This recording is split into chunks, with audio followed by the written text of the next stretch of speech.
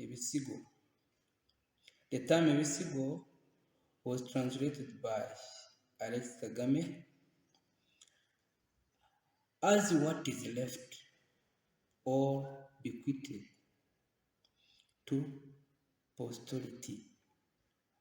These documents recount in poetic form the deeds of kings, mostly following their chronological order. These are also a number of stand-alone poems.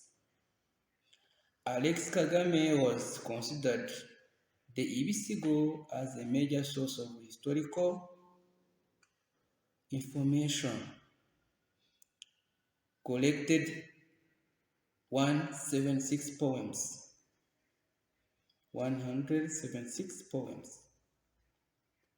Some of which are unfortunately fragmented.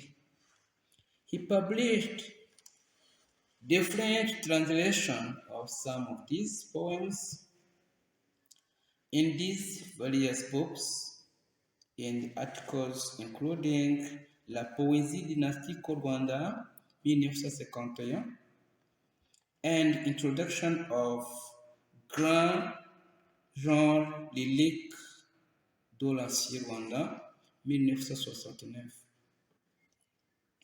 As a literary genre, the symbolic poetry Ebisigo is said to have existed from ancient times, but was restructured and further developed by Nyiraruganzu Nyirarumaga, Queen Mother of the great savior King Ruganzu Ndoli.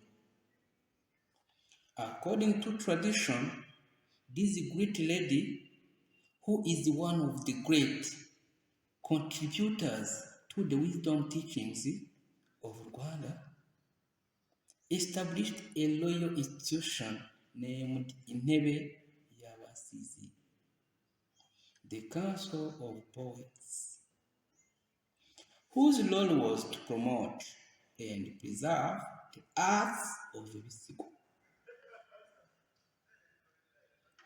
The Queen Mother herself, along with her great son, composed a number of poems.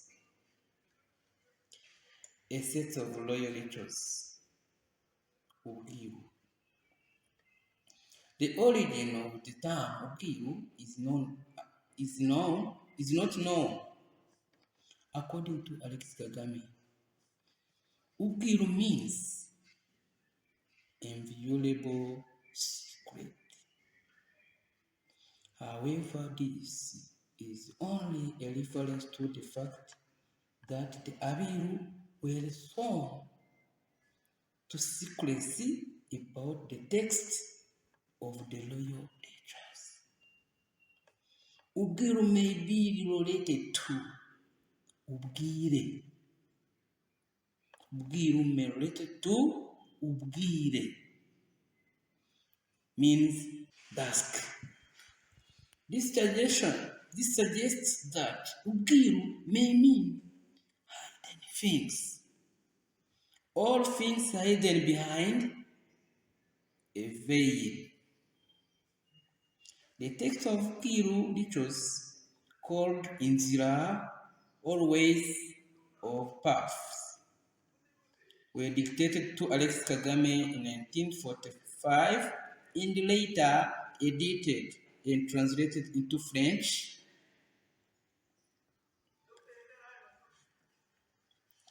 They were published in a bilingual edition. The published version contains 17 sets of ritual texts. This collection, however, has some missing ritual texts. One of the missing rituals is Inzira y'Amapfizi, means the way of the bulls.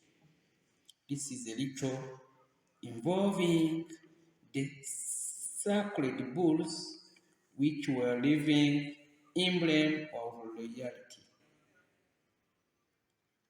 Number 2, non-formal or popular traditions. Besides these 4 official traditions, Rwanda has an equal impressive array of popular oral traditions. As explained above, the distinctions between officials and popular traditions is based on whether the content was officially controlled or not. It entails no value judgment with regard to the content. Some scholars on the history of Rwanda have contrasted learned traditions with popular traditions, implying that the non-collected material is of a lesser literary quality.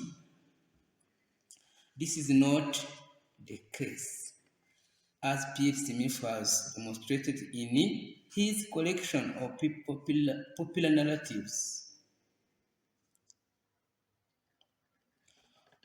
Popular narratives in le récit populaire au Rwanda 1975, which includes some of the most precious treasures of Rwandan traditions. The following are some of the popular traditions types: amateka y'imiryango, genealogy of the major families of Rwanda, ibyivugo, self-praises, and heroic poetry.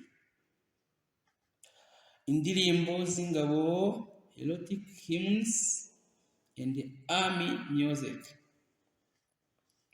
Amazina y'inka, pastoral poetry. Imyasiro, hunting poetry. Imigani, proverbs and sayings.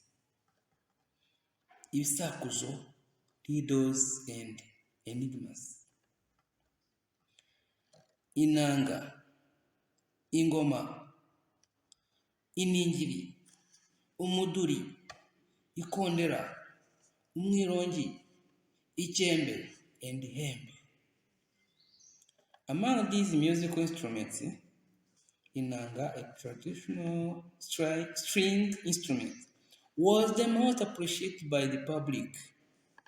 Inanga musicians were well known with the best hits. Today, these musicians records are played by Rwandan radio stations. The musicians are Viateur Kabarira, Bernard, Rujindiri, Munzenze, and Joseph C. Batunzi. Songs: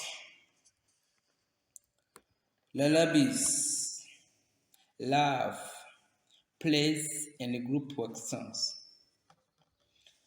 Though Rwanda's popular traditions have received little attention from academic research, they provide much of past historical events. Alex Kagame, who is the undisputed leader in Rwanda studies, made the official games and aristocratic traditions his main concern. He also produced work in other genres as well. Other researchers have generally followed the trend set by Kagame, so much that the incredibly rich and varied stock of Rwandan traditions is still largely unexplored.